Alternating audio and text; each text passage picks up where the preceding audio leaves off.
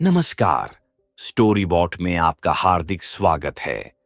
आज हम आपके लिए लेकर आए हैं मुंशी प्रेमचंद की लिखी कहानी कैदी। 14 साल तक निरंतर मानसिक वेदना और शारीरिक यातना भोगने के बाद आइवन ओखोटस्क जेल से निकला, पर उस पक्षी की भांति नहीं जो शिकारी के पिंजरे से पंखहीन होकर निकला हो, बल्कि उस सिंह की भांति जिसे कटघरे की दीवारों ने और भी भयंकर तथा और भी रक्तलोलुप बना दिया हो।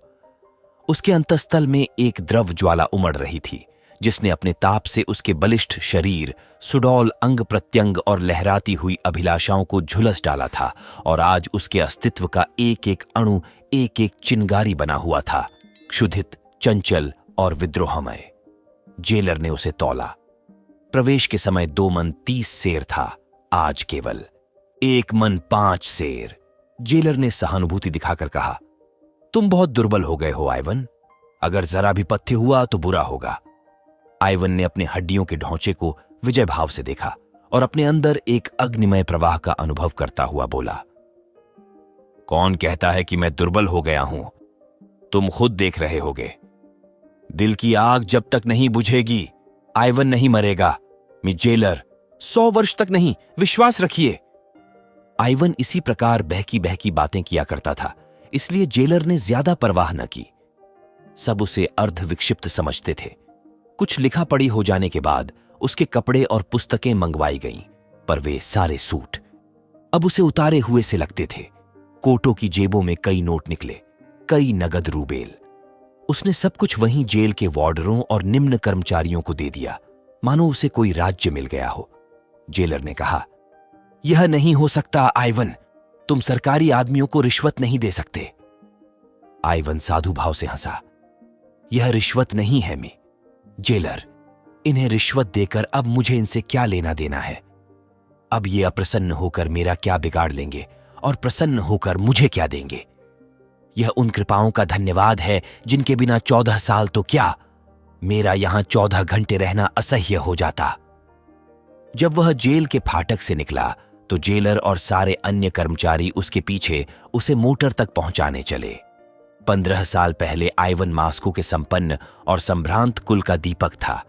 उसने विद्यालय में ऊंची शिक्षा पाई थी, खेल में अभ्यस्त था, निर्भीक था, उदार और सहृदय था। दिल आईने की भांति निर्मल, शील का पुतला, दुर्बलों की रक्षा के लिए जान पर खेलने वाला, जिसकी हिम्मत संकट के सामने नंगी तलवार हो जाती। उसके साथ हेलेन नाम की एक युवती पढ़ती थी, जिस पर विद्यालय के सारे युवक प्राण देते थे। वह जितनी रूपवती थी उतनी ही तेज थी, बड़ी कल्पनाशील, पर अपने मनोभावों को ताले में बंद रखने वाली। आइवन में क्या देखकर वह उसकी ओर आकर्षित हो गई, यह कहना कठिन है। दोनों में लेश मात्रा भी सामंजस्य न था। आइवन सैर और शराब का प्रेमी था, हेलेन कविता एवं संगीत और नृत्य पर जान देती थी। आइवन की निगाह में रुपये केवल इसलिए थे कि दोनों हाथों से उड़ाए जाएं। हेलेन अत्यंत कृपण। आइवन को लेक्चर हॉल कारागार लगता था, हेलेन इस सागर की मछली थी, पर कदाचित वह विभिन्नता ही उनमें स्वाभाविक आकर्षण बन गई, जिसने अंत में विकल प्रेम का रूप लिया। आइवन ने उससे विवाह का प्रस्ताव किया और उसने स्वीकार कर लिया, और दोनों किसी शुभ मुहूर्त में पाणी ग्रहण करके सुहागरात बिताने के लिए किसी पहाड़ी जगह में जाने के मंसूबे बांध रहे थे कि सहसा राजनैतिक संग्राम ने उन्हें अपनी ओर खींच लिया। हेलेन पहले से ही राष्ट्रवादियों की ओर झुकी हुई थी। आइवन भी उसी रंग में रंग उठा। खानदान का रईस था, उसके लिए प्रजा पक्ष लेना एक महान तपस्या थी। इसलिए जब कभी वह इस संग्राम में हताश हो जाता तो हेलेन उसकी हिम्मत बंधाती और आइवन उसके स्नेह और अनुराग से प्रभावित होकर अपनी दुर्बलता पर लज्जित हो जाता। इन्हीं दिनों उक्राइन प्रांत की सूबेदारी पर रोमनाफ नाम का एक गवर्नर नियुक्त होकर आया, बड़ा ही कट्टर, राष्ट्रवादियों का जानी दुश्मन। दिन में 2-4 विद्रोहियों को जब तक जेल न भेज लेता उसे चैन न आता। आते ही आते उसने कई संपादकों पर राजद्रोह का अभियोग चलाकर उन्हें साइबेरिया भेजवा दिया। कृषकों की सभाएं तोड़ दी, नगर की म्यूनिसिपैलिटी तोड़ दी, और जब जनता ने अपना रोष प्रकट करने के लिए जलसे किए तो पुलिस से भीड़ पर गोलियां चलवाईं, जिससे कई बेगुनाहों की जानें गईं। मार्शल लॉ जारी कर दिया। सारे नगर में हाहाकार मच गया। लोग मारे डर के घरों से न निकलते थे। क्योंकि पुलिस हर एक की तलाशी लेती थी और उसे पीटती थी। हेलेन ने कठोर मुद्रा से कहा, यह अंधेर तो अब नहीं देखा जाता आइवन, इसका कुछ उपाय होना चाहिए। आइवन ने प्रश्न भरी आंखों से देखा। उपाय? हम क्या कर सकते हैं?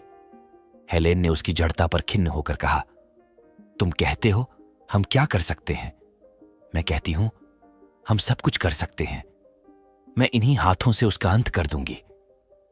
आइवन ने विस्मय से उसकी ओर देखा। तुम समझती हो उसे कत्ल करना आसान है? वह कभी खुली गाड़ी में नहीं निकलता। उसके आगे पीछे सशस्त्र सवारों का एक दल हमेशा रहता है। रेलगाड़ी में भी वह रिजर्व डब्बों में सफर करता है। मुझे तो असंभव सा लगता है हेलेन, बिल्कुल असंभव। हेलेन कई मिनट तक चाय बनाती रही। फिर 2 प्याले मेज पर रखकर उसने प्याला मुंह से लगाया और धीरे धीरे पीने लगी। किसी विचार में तन्मय हो रही थी। सहसा उसने प्याला मेज पर रख दिया और बड़ी बड़ी आंखों में तेज भरकर बोली, ये सब कुछ होते हुए भी मैं उसे कत्ल कर सकती हूं आइवन। आदमी एक बार अपनी जान पर खेलकर सब कुछ कर सकता है। जानते हो मैं क्या करूंगी? मैं उससे राहो रस्म पैदा करूंगी, उसका विश्वास प्राप्त करूंगी, उसे इस भ्रांति में डालूंगी कि मुझे उससे प्रेम है। मनुष्य कितना ही हृदयहीन हो, उसके हृदय के किसी न किसी कोने में पराग की भांति रस छिपा ही रहता है। मैं तो समझती हूं कि रोमनाफ की यह दमन नीति उसकी अवरुद्ध अभिलाषा की गांठ है और कुछ नहीं। किसी मायाविनी के प्रेम में असफल होकर उसके हृदय का रस रेत सूख गया है।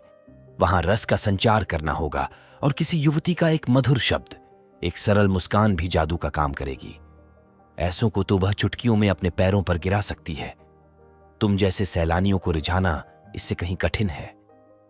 अगर तुम यह स्वीकार करते हो कि मैं रूपहीन नहीं हूं, तो मैं तुम्हें विश्वास दिलाती हूं कि मेरा कार्य सफल होगा। बतलाओ, मैं रूपवती हूं या नहीं? उसने तिरछी आंखों से आइवन को देखा। आइवन इस भाव विलास पर मुग्धा होकर बोला, तुम ये मुझसे पूछती हो हेलेन? मैं तो तुम्हें संसार की। हेलेन ने उसकी बात काटकर कहा, अगर तुम ऐसा समझते हो तो तुम मूर्ख हो आइवन। इस नगर में नहीं, हमारे विद्यालय में ही मुझसे कहीं रूपवती बालिकाएं मौजूद हैं। हां, तुम इतना ही कह सकते हो कि तुम कुरूपा नहीं हो। क्या तुम समझते हो मैं तुम्हें संसार का सबसे रूपवान युवक समझती हूं? कभी नहीं। मैं ऐसे 1 नहीं 100 नाम गिना सकती हूं जो चेहरे मोहरे में तुमसे कहीं बढ़कर हैं, मगर तुम में कोई ऐसी वस्तु है जो तुम ही में है और वह मुझे और कहीं नजर नहीं आती। तो मेरा कार्यक्रम सुनो। 1 महीने तो मुझे उससे मेल करते लगेगा, फिर वह मेरे साथ सैर करने निकलेगा और तब एक दिन हम और वह दोनों रात को पार्क में जाएंगे और तालाब के किनारे बेंच पर बैठेंगे। तुम उसी वक्त रिवॉल्वर लिए आ जाओगे और वहीं पृथ्वी उसके बोझ से हल्की हो जाएगी। जैसा हम पहले कह चुके हैं, आइवन एक रईस का लड़का था और क्रांतिमय राजनीति से उसका हार्दिक प्रेम न था। हेलेन के प्रभाव से कुछ मानसिक सहानुभूति अवश्य पैदा हो गई थी और मानसिक सहानुभूति प्राणी को संकट में नहीं डालती। उसने प्रकट रूप से तो कोई आपत्ति नहीं की, लेकिन कुछ संदिग्धा भाव से बोला, ये तो सोचो हेलेन, इस तरह की हत्या कोई मानुषीय कृति है? हेलेन ने तीखेपन से कहा, दूसरों के साथ मानुषीय व्यवहार नहीं करता, उसके साथ हम क्यों मानुषीय व्यवहार करें? क्या यह सूर्य की भांति प्रकट नहीं है कि आज सैकड़ों परिवार इस राक्षस के हाथों तबाह हो रहे हैं? कौन जानता है इसके हाथ कितने बेगुनाहों के खून से रंगे हुए हैं? ऐसे व्यक्ति के साथ किसी तरह की रियायत करना असंगत है। तुम न जाने क्यों इतने ठंडे हो। मैं तो उसके दुष्टाचरण को देखती हूं तो मेरा रक्त खौलने लगता है।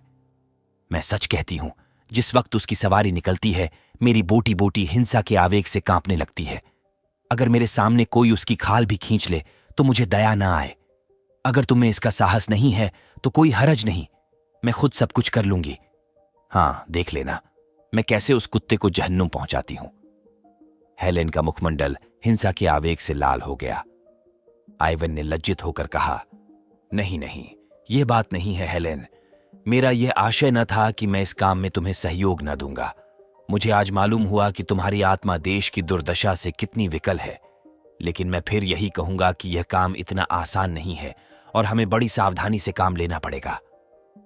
हेलेन ने उसके कंधों पर हाथ रखकर कहा, तुम इसकी कुछ चिंता न करो आइवन। संसार में मेरे लिए जो वस्तु सबसे प्यारी है उसे दांव पर रखते हुए क्या मैं सावधानी से काम न लूंगी? लेकिन तुमसे एक याचना करती हूं, अगर इस बीच में कोई ऐसा काम करूं जो तुम्हें बुरा मालूम हो तो तुम मुझे क्षमा करोगे ना? आइवन ने विस्मय भरी आंखों से हेलेन के मुख की ओर देखा। उसका आशय उसकी समझ में न आया। हेलेन डरी। आइवन कोई नई आपत्ति तो नहीं खड़ी करना चाहता? आश्वासन के लिए अपने मुख को उसके आतुर आधारों के समीप ले जाकर बोली, प्रेम का अभिनय करने में मुझे वह सब कुछ करना पड़ेगा जिस पर एकमात्र तुम्हारा ही अधिकार है। मैं डरती हूं कहीं तुम मुझ पर संदेह न करने लगो। आइवन ने उसे करपाश में लेकर कहा, यह असंभव है हेलेन। विश्वास प्रेम की पहली सीढ़ी है। अंतिम शब्द कहते कहते उसकी आंखें झुक गईं। इन शब्दों में उदारता का जो आदर्श था वह उस पर पूरा उतरेगा या नहीं, वह यही सोचने लगा। इसके 3 दिन पीछे नाटक का सूत्रपात हुआ। हेलेन अपने ऊपर पुलिस के निराधार संदेह की फरियाद लेकर रोमनाफ से मिली और उसे विश्वास दिलाया कि पुलिस के अधिकारी उससे केवल इसलिए असंतुष्ट हैं कि वह उनके कलुषित प्रस्तावों को ठुकरा रही है। यह सत्य है कि विद्यालय में उसकी संगति कुछ उग्र युवकों से हो गई थी, पर विद्यालय से निकलने के बाद उसका उनसे कोई संबंध नहीं है। रोमनाफ जितना चतुर था उससे कहीं चतुर अपने को समझता था। अपने 10 साल के अधिकारी जीवन में उसे किसी ऐसी रमणी से साबिका न पड़ा था जिसने उसके ऊपर इतना विश्वास करके अपने को उसकी दया पर छोड़ दिया हो। किसी धन लोलुप की भांति सहसा यह धनराशि देखकर उसकी आंखों पर पर्दा पड़ गया।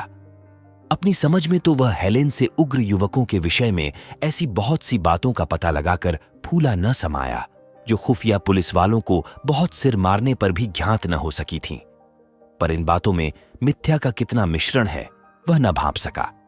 इस आधा घंटे में एक युवती ने एक अनुभवी अफसर को अपने रूप की मदिरा से उन्मत्त कर दिया था। जब हेलेन चलने लगी तो रोमनाफ ने कुर्सी से खड़े होकर कहा, मुझे आशा है यह हमारी आखिरी मुलाकात न होगी। हेलेन ने हाथ बढ़ाकर कहा, हुजूर ने जिस सौजन्य से मेरी विपत्ति कथा सुनी है उसके लिए मैं आपको धन्यवाद देती हूं। कल आप तीसरे पहर यहीं चाय पिए। रब्त जब्त बढ़ने लगा। हेलेन आकर रोज की बातें आइवन से कह सुनाती। रोमनाफ वास्तव में जितना बदनाम है उतना बुरा नहीं, वह बड़ा रसिक, संगीत और कला का प्रेमी और शील तथा विनय की मूर्ति है। इन थोड़े ही दिनों में हेलेन से उसकी घनिष्ठता हो गई है और किसी अज्ञात रीति से नगर में पुलिस का अत्याचार कम होने लगा है। अंत में वह निश्चित तिथि आई। आइवन और हेलेन दिन भर बैठे बैठे इसी प्रश्न पर विचार करते रहे। आइवन का मन आज बहुत चंचल हो रहा था। कभी अकारण ही हंसने लगता, कभी अनायास ही रो पड़ता। शंका, प्रतीक्षा और किसी अज्ञात चिंता ने उसके मनोसागर को इतना अशांत कर दिया था कि उसमें भावों की नौकाएं डगमगा रही थीं। न मार्ग का पता था न दिशा का। हेलेन भी आज बहुत चिंतित और गंभीर थी। आज के लिए उसने पहले ही से सजीले वस्त्र बनवा रखे थे। रूप को अलंकृत करने के न जाने किन किन विधानों का प्रयोग कर रही थी, पर इसमें किसी योद्धा का उत्साह नहीं, कायर का कंपन था। सहसा आइवन ने आंखों में आंसू भरकर कहा, तुम आज इतनी मायाविनी हो गई हो हेलेन कि मुझे न जाने क्यों तुमसे भय हो रहा है। हेलेन मुस्काई। उस मुस्कान में करुणा भरी हुई थी। मनुष्य को कभी कभी कितने ही अप्रिय कर्तव्यों का पालन करना पड़ता है आइवन। आज मैं सुधा से विष का काम लेने जा रही हूं। अलंकार का ऐसा दुरुपयोग तुमने कहीं और देखा है? आइवन उड़े हुए मन से बोला, इसी को राष्ट्र जीवन कहते हैं। यह राष्ट्र जीवन है, यह नरक है। मगर संसार में अभी कुछ दिन और इसकी जरूरत रहेगी। यह अवस्था जितनी जल्द बदल जाए उतना ही अच्छा। पांसा पलट चुका था। आइवन ने गर्म होकर कहा, अत्याचारियों को संसार में फलने फूलने दिया जाए, जिससे एक दिन इनके कांटों के मारे पृथ्वी पर कहीं पांव रखने की जगह न रहे। हेलेन ने कोई जवाब न दिया, पर उसके मन में जो अवसाद उत्पन्न हो गया था वह उसके मुख पर झलक रहा था। राष्ट्र उसकी दृष्टि में सर्वोपरि था। उसके सामने व्यक्ति का कोई मूल्य न था। अगर इस समय उसका मन किसी कारण से दुर्बल भी हो रहा था तो उसे खोल देने का उसमें साहस न था। दोनों गले मिलकर विदा हुए। कौन जाने यह अंतिम दर्शन हो।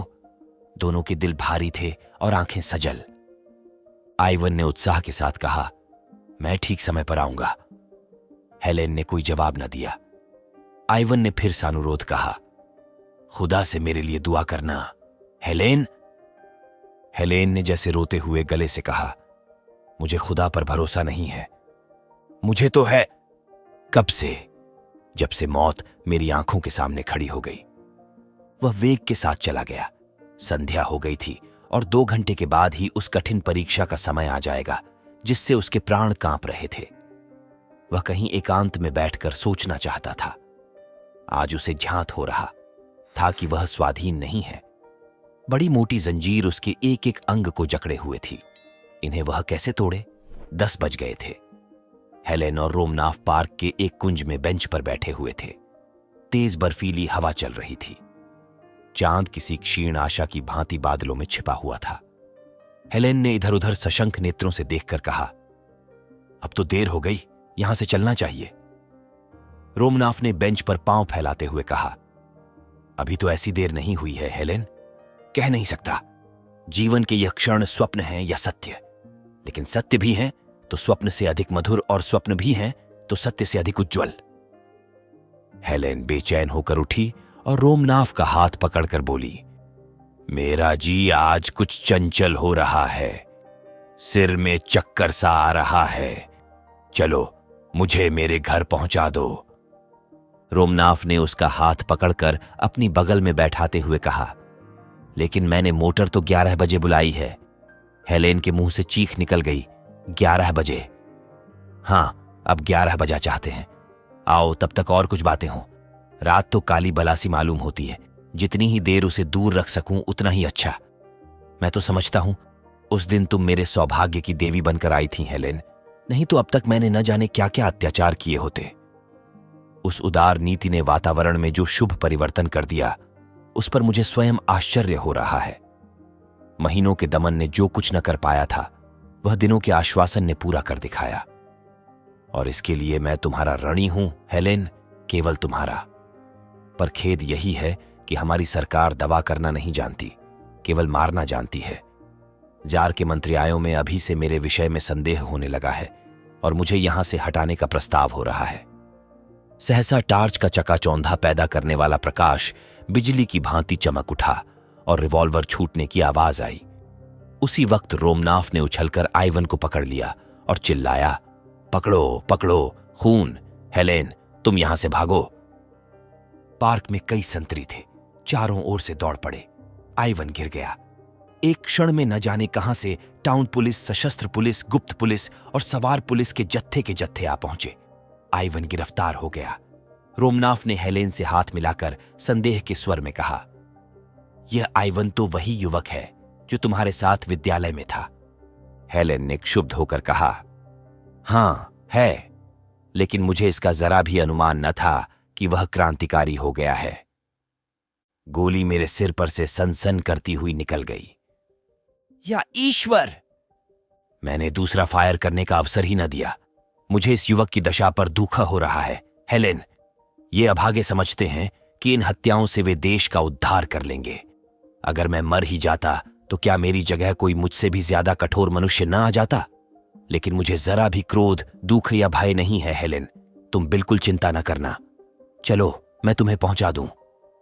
रास्ते भर रोमनाफ इस आघात से बच जाने पर अपने को बधाई और ईश्वर को धन्यवाद देता रहा और हेलेन विचारों में मग्न बैठी रही।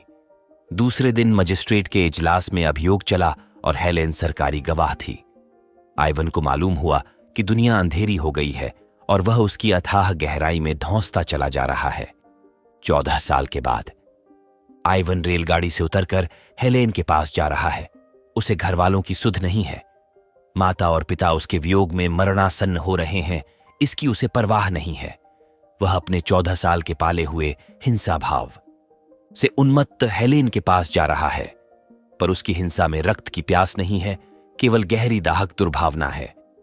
इन 14 सालों में उसने जो यातनाएं झेली हैं, उनके 2-4 वाक्यों में मानो सत्य निकालकर, विष के समान हेलेन की धामनियों में भरकर, उसे तड़पते हुए देखकर वह अपनी आंखों को तृप्त करना चाहता है। और वह वाक्य क्या है? हेलेन, तुमने मेरे साथ जो दगा की है वह शायद त्रिया चरित्र के इतिहास में भी अद्वितीय है। मैंने अपना सर्वस्व तुम्हारे चरणों पर अर्पण कर दिया। मैं केवल तुम्हारे इशारों का गुलाम था। तुमने ही मुझे रोमनाफ की हत्या के लिए प्रेरित किया और तुमने ही मेरे विरुद्ध साक्षी दी, केवल अपनी कुटिल काम लिप्सा को पूरा करने के लिए। मेरे विरुद्ध कोई दूसरा प्रमाण न था। रोमनाफ और उसकी सादी पुलिस भी झूठी शहादतों से मुझे परास्त न कर सकती थी, मगर तुमने केवल अपनी वासना को तृप्त करने के लिए, केवल रोमनाफ के विषाक्त आलिंगन का आनंद उठाने के लिए मेरे साथ ये विश्वासघात किया। पर आंखें खोलकर देखो कि वही आइवन जिसे तुमने पैर के नीचे कुचला था, आज तुम्हारी उन सारी मक्कारियों का पर्दा खोलने के लिए तुम्हारे सामने खड़ा है। तुमने राष्ट्र की सेवा का बीड़ा उठाया था। तुम अपने को राष्ट्र की वेदी पर होम कर देना चाहती थीं, किंतु कुत्सित कामनाओं के पहले ही प्रलोभन में तुम अपने सारे बहुरूप को तिलांजलि देकर भोग लालसा की गुलामी करने पर उतर गई। अधिकार और समृद्धि के पहले ही टुकड़े पर तुम दुम हिलाती हुई टूट पड़ी। धिक्कार है तुम्हारी इस भोग लिप्सा को, तुम्हारे इस कुत्सित जीवन को। संध्या काल था। पश्चिम के क्षितिज पर दिन की चिता जलकर ठंडी हो रही थी और रोमनाफ के विशाल भवन में हेलेन की अर्थी को ले चलने की तैयारियां हो रही थीं। नगर के नेता जमा थे और रोमनाफ अपने शोक कंपित हाथों से अर्थी को पुष्पहारों से सजा रहा था एवं उन्हें अपने आत्मजल से शीतल कर रहा था। उसी वक्त आइवन उन्मत्त वेश में, दुर्बल झुका हुआ, सिर के बाल बढ़ाए, कंकाल सा आकर खड़ा हो गया। किसी ने उसकी ओर ध्यान न दिया। समझे, कोई भिक्षुक होगा जो ऐसे अवसरों पर दान के लोभ से आ जाया करते हैं। जब नगर के बिशप ने अंतिम संस्कार समाप्त किया और मरियम की बेटियां नए जीवन के स्वागत पर गीत गा चुकीं, तो आइवन ने अर्थी के पास जाकर आवेश से कांपते हुए स्वर में कहा, यह वह दुष्टा है जिसे सारी दुनिया की पवित्र आत्माओं की शुभ कामनाएं भी नरक की यातना से नहीं बचा सकती। वह इस योग्य थी कि उसकी लाश। कई आदमियों ने दौड़कर उसे पकड़ लिया और धक्के देते हुए फाटक की ओर ले चले। उसी वक्त रोमनाफ ने आकर उसके कंधों पर हाथ रख दिया और उसे अलग ले जाकर पूछा, दोस्त, क्या तुम्हारा नाम क्लॉडियस आइवनाफ है? हां, तुम वही हो। मुझे तुम्हारी सूरत याद आ गई। मुझे सब कुछ मालूम है, रत्ती रत्ती मालूम है। हेलेन ने मुझसे कोई बात नहीं छिपाई।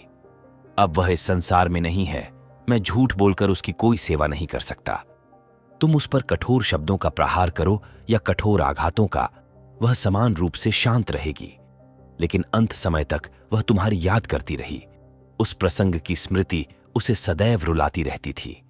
उसके जीवन की यह सबसे बड़ी कामना थी कि तुम्हारे सामने घुटने टेक कर क्षमा की याचना करे। मरते मरते उसने यह वसीयत की कि जिस तरह भी हो सके उसकी यह विनय तुम तक पहुंचाऊं कि वह तुम्हारी अपराधिनी है और तुमसे क्षमा चाहती है। क्या तुम समझते हो, जब वह तुम्हारे सामने आंखों में आंसू भरे आती तो तुम्हारा हृदय पत्थर होने पर भी न पिघल जाता? क्या इस समय भी तुम्हें दीन याचना की प्रतिमा सी खड़ी नहीं दिखती? चलकर उसका मुस्कुराता हुआ चेहरा देखो। मोशियो आइवन, तुम्हारा मन अब भी उसका चुंबन लेने के लिए विकल हो जाएगा। मुझे जरा भी ईर्ष्या न होगी। उस फूलों की सेज पर लेटी हुई वह ऐसी लग रही है मानो फूलों की रानी हो। जीवन में उसकी एक ही अभिलाषा अपूर्ण रह गई आइवन, वह तुम्हारी क्षमा है। प्रेमी हृदय बड़ा उदार होता है आइवन, वह क्षमा और दया का सागर होता है। ईर्ष्या और दंभ के गंदे नाले उसमें मिलकर उतने ही विशाल और पवित्र हो जाते हैं। जिसे एक बार तुमने प्यार किया, उसकी अंतिम अभिलाषा की तुम उपेक्षा नहीं कर सकते। उसने आइवन का हाथ पकड़ा और सैकड़ों कुतूहलपूर्ण नेत्रों के सामने उसे लिए हुए अर्थी के पास आया और ताबूत का ऊपरी तख्ता हटाकर हेलेन का शांत मुखमंडल उसे दिखा दिया। उस निस्पंद, निश्चेष्ट, निर्विकार छवि को मृत्यु ने एक दैवी गरिमा सी प्रदान कर दी थी, मानो स्वर्ग की सारी विभूतियां उसका स्वागत कर रही हैं। आइवन की कुटिल आंखों में एक दिव्य ज्योति सी चमक उठी और वह दृश्य सामने खिंच गया जब उसने हेलेन को प्रेम से आलिंगित किया था और अपने हृदय के सारे अनुराग और उल्लास को पुष्पों में गूंथकर उसके गले में डाला था। उसे जान पड़ा ये सब कुछ जो उसके सामने हो रहा है स्वप्न है और एकाएक उसकी आंखें खुल गई हैं और वह उसी भांति हेलेन को अपनी छाती से लगाए हुए है। उस आत्मानंद के एक क्षण के लिए क्या वह फिर 14 साल का कारावास झेलने के लिए न तैयार हो जाएगा? क्या अब भी उसके जीवन की सबसे सुखद घड़ियां वही न थीं जो हेलेन के साथ गुजरी थीं? और क्या उन घड़ियों के अनुपम आनंद को वह इन 14 सालों में भी भूल सका था? उसने ताबूत के पास बैठकर श्रद्धा के कांपते हुए कंठ से प्रार्थना की, ईश्वर, तू मेरे प्राणों से प्रिय हेलेन को अपनी क्षमा के दामन में ले। और जब वह ताबूत को कंधों पर लिए चला तो उसकी आत्मा लज्जित थी अपनी संकीर्णता पर, अपनी उद्विग्नता पर, अपनी नीचता पर। और जब ताबूत कब्र में रख दिया गया तो वह वहां बैठकर न जाने कब तक रोता रहा। दूसरे दिन रोमनाफ जब फातिहा पढ़ने आया तो देखा आइवन सिजदे में सिर झुकाए हुए है और उसकी आत्मा स्वर्ग को प्रयाण कर चुकी है। अगर आपको यह कहानी पसंद आई हो तो लाइक करें, कमेंट करें और स्टोरी बॉट चैनल को सब्सक्राइब करना न भूलें।